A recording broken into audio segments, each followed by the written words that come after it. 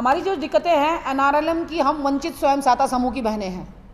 राष्ट्रीय ग्रामीण आजीविका मिशन में जो समूह बने हुए हैं, हम वंचित स्वयं सहायता समूह की बहनें हैं। शासन प्रशासन में जितनी भी अनियमितताएं हो रही हैं, जितनी भी अव्यवस्था हो रही है, दोगला व्यवहार हो रहा है, उसके लिए हम आवाज़ परस्पर उठा रहे हैं, परंतु हमारी सुनाई सही ढंग से नहीं हो रही है, जू नहीं रेंग रही है शासन प्रशासन के। हम पूछना चाहते हैं क्यों? आपने कहा 35,000 बिल्कुल, हमारे उत्तराखंड में 33,000 समूह हैं और मात्र 153 समूह का आर्थिकी को मजबूत किया जा रहा है। उन्हीं समूह के पास टेक होम राशन है, उन्हीं समूह के पास अम्मा कैंटीन है, उन्हीं समूह के पास हर प्रकार का योजना परियोजना उनको मिलती है। अभी अम्मा कैंटीन का विज्ञप्ति निकली, हमारा एक एग्जाम्पल है, अभी विज्ञप्ति निकली, वो विज्ञप्ति जब अखबार में निकाली गई थी तो उस अखबार में निकालने के बाद हमने जब सीडीओ को भी बोला है, परियोजना अधिकारी को भी बोला है कि कृपया करके ये गांव की बहनें अखबार नहीं पढ़ती हैं, आप इसको ब्लॉग के भी व्हाट्सएप के माध्यम से हमें पता लगना चाहिए। नहीं, एक दिन पहले हमें पता लगता है, उस दिन अतवार होता है, 27 तारीख का इनके पास होता है कि भाई आप जाके जिले में जाके फॉर्म मिलेंगे। सीडीओ के उसमें जब अपलोड है तो क्यों नहीं, मतलब उस फॉर्म के लिए बोला जाता है कि वहाँ से निकाल लो। नहीं, महिलाओं को कहते हैं नहीं, वहाँ से नहीं निकालना, आप जाके वहीं से लेकर आओ। ये क्या है? ये गलत ही तो है, यहाँ पे भ्रष्टाचार ही तो नजर आ रहा है। दूसरी चीज, अभी टेक होम राशन के लिए हमने 18 दिन धरना दिया, हम 1 साल से लड़ रहे हैं कि रोटेशन में लाओ। रेखा आर्य जी हमें आश्वासन देती हैं कि नहीं जी होगा, उसके बाद रेखा आर्य खुद ही उस चीज को, जो चीज वो विज्ञप्ति निकालती है उसे निरस्त करने के आदेश देती है। जब हम बोलते हैं ऐसा क्यों कर रहे हो, तो उन्होंने एक नया आदेश बना दिया, नहीं जी आप प्रक्रिया दोबारा शुरू करो।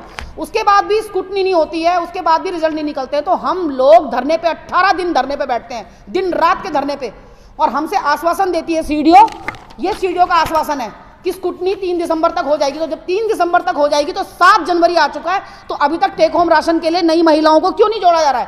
क्यों नहीं समूह को जोड़ा जा रहा है? किसका दबाव है सीडीओ के ऊपर? इतनी पढ़ाई लिखाई उन्होंने की है, इतने आईएएस लेवल के बंदे हैं वो, इतने मतलब बेकार है, अनपढ़ी लोग ज्यादा अच्छे हैं। यदि अधिकारी लोग इतना दबाव में काम करेंगे, अरे क्या होगा, ज्यादा ज्यादा ट्रांसफर ही तो होगा, करो तो सही सबके हित में काम। 35,000 समूह है, उसमें महिलाएं काम कर रही हैं, तो वो क्या सिर्फ भीड़ इकट्ठा करने के लिए? बिल्कुल, मेरा तो जो समूह है, ये जो समूह बनाए गए ना, उत्तराखंड में जो समूह बनाए गए, मैंने एक चीज का निष्कर्ष निकाला और एक बिल्कुल सटीक निष्कर्ष है ये, शासन सिर्फ इसको भीड़ के लिए यूज करता है। कहीं इनकी कोई वो गोष्ठी हो रही है, कहीं रैली निकल रही है, तो समूह की बहनों को चाहिए, समूह की बहनें चाहिए इनको, ठीक है। उसके बाद महिलाओं को भीड़ की तरह शासन यूज करता है, जो शासन सरकार है। दूसरी, अधिकारी सिर्फ पेपर वर्क को कंप्लीट करने के लिए कि हमने अपने आंकड़े पूरे कर दिए, छुट्टी, हमने एनआरएलएम का झंडा ऊंचा कर दिया, परंतु हो क्या रहा है एनआरएलएम में? 33,000 बहनें ठगी जा रही हैं। और इसका ये ना समझे, मैं अधिकारी और शासन प्रशासन को आज आप लोगों के माध्यम से बताना चाहती हूं कि हम शांत नहीं बैठने वाले, हम न्यायालय जाएंगे।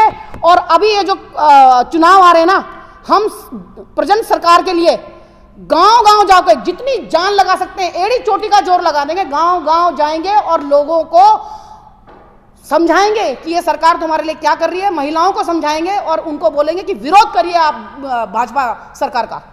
चुनाव से पहले ही क्यों ये सब आपको याद है? मेरे को चुनाव के से पहले नहीं, हम तो 1 साल से लड़ रहे हैं।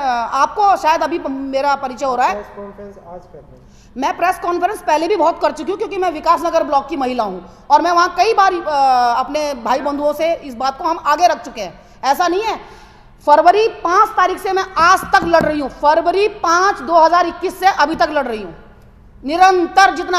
और गांव की महिला हूँ, मेरे को अपने गांव को भी समय देना होता है, मुझे अपनी खेतीबाड़ी को भी समय देना होता है, मेरा बच्चा है, मेरा घर है, मेरा परिवार है, उसके बाद भी मैं समाज के लिए समय निकाल रही हूँ, इस एनआरएलएम के समय निकाल रही हूँ, जो कि अधिकारियों को निकालना चाहिए, जो हम निकाल रहे हैं।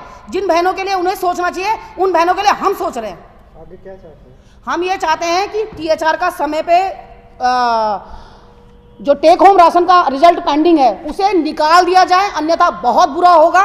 दूसरा, ये जो अम्मा कैंटीन और कुछ ही भी प्रकार की विज्ञप्ति निकालते हैं, तो ये जो जिले में बैठे अधिकारी हैं, कृपया करके ब्लॉक को भी सूचित करें। तीसरा, हमारी बुक कीपर जो बहनें हैं, इनका 2 साल से जो तुमने मानदेय काम करवाया, इनको गांव गांव भेज के एनआरएलएम सशक्त करवाया तुम लोगों ने। 2 साल से जो हमारी मास्टर बुक कीपर बहनें, इनका भी मानदेय दिया जाए। सक्रिय बहनों को 1 साल से तनख्वाह नहीं दे रहे हैं ये लोग, 1 साल से इनका मानदेय नहीं दे रहे, उसको भी दिया जाए। तीसरा सबसे बड़ा हमारा जो एक अभी 5 लाख अभी एक नई चीज़ आपको हम बताते हैं। जो अभी मुख्यमंत्री और उनके जो कौन है धन सिंह रावत जी, जगह जगह एक होल्डर लगाए हुए हैं, उन्होंने बैनर लगाए हुए हैं कि 5 लाख 0% पे 5 लाख 0%। अभी हमारे विकास नगर एक समूह है, मेरे साथ ये लड़की है वैष्णवी समूह से, दीपा रावत जी, इनका पास होता है, ठीक है, सहकारी बैंक से होता है और गांव में ही हमारे बैंक है।